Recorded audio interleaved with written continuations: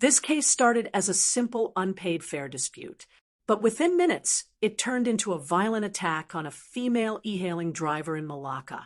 And the part raising concern now is the age of the suspects involved. The victim was a 41-year-old Grab driver. Police said she picked up 4 teenagers just after midnight for a trip from Bukit Rambai to Kuala Sungai Baru town. The group allegedly included 2 boys aged 15 and 17 and 2 14-year-old girls. According to investigators, the teenagers claimed they needed to stop in a forested area because they could not pay the fare and were waiting for someone to transfer money online. What happened next became far more serious than a payment issue. Police said 3 of the teenagers suddenly attacked the driver after re-entering the vehicle.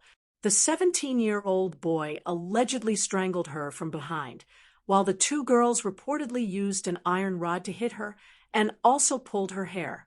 Another teenage boy fled the scene and did not join the assault.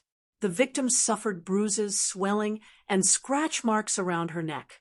She managed to escape by driving away before later filing a police report and seeking treatment at a hospital. All 4 suspects were arrested on the same day. Police are now investigating the case under Section 324 of Malaysia's Penal Code for voluntarily causing hurt using a weapon or dangerous means. But here's where the bigger issue starts to emerge.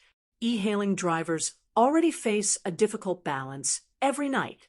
They deal with strangers, unpredictable situations, cash pressure, and long working hours. Most of the time, they are alone inside an enclosed space with passengers they have never met before. And unlike taxi drivers in the past, many private hire drivers today do not have physical barriers, emergency support nearby, or strong protection if a situation suddenly turns violent. What makes this case uncomfortable is not only the alleged assault itself. It is the fact that very young teenagers are now being linked to increasingly aggressive crimes in public-facing jobs and transport spaces. Across the region, there have been more reports involving riders, delivery workers, and drivers facing harassment, fare evasion, intimidation, and sometimes physical attacks. The technology around e-hailing has improved rapidly, but personal safety on the ground still depends heavily on human behavior. There is also another difficult question here. How should ride-hailing companies handle accounts involving minors, especially during late-night bookings? And should there be stronger safeguards when drivers accept trips involving young passengers in isolated areas? Because once a driver enters a quiet location after midnight, help may already be too far away. At the same time, it is important not to jump into broad conclusions about all teenagers. Most young people do not behave this way, but cases like this still create fear because they damage trust between passengers and drivers. And trust is the foundation of the entire e-hailing system. If drivers begin feeling unsafe accepting certain trips, it changes how the platform works for everyone.